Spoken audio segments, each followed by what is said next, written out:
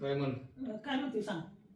300 रुपये मला दे. माझ्याकडे काही पैसे नाही तर कुठल्या डोळ्यात देतो माघारी.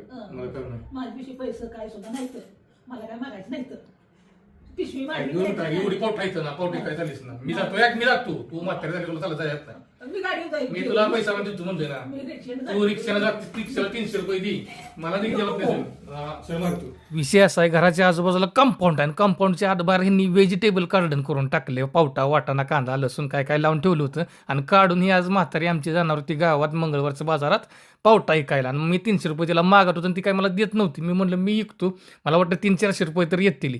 समजेकडे बाजारात फिरलो, 4-5 व्यापाऱ्यांनी दाखवलं पण कोण काय घेणार, कारण की समजेकडे पावटा आहेत ते मला ते आमच्याकडे आहे.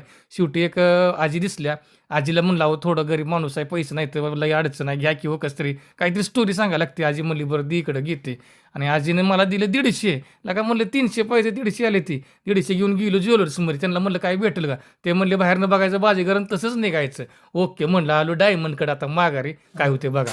150 रुपये आले ते पावटा ऐकून मी तुला माहिती होतं 300 रुपये तू अजून मला 150 रुपये दे बरोबर माझी काम होतं.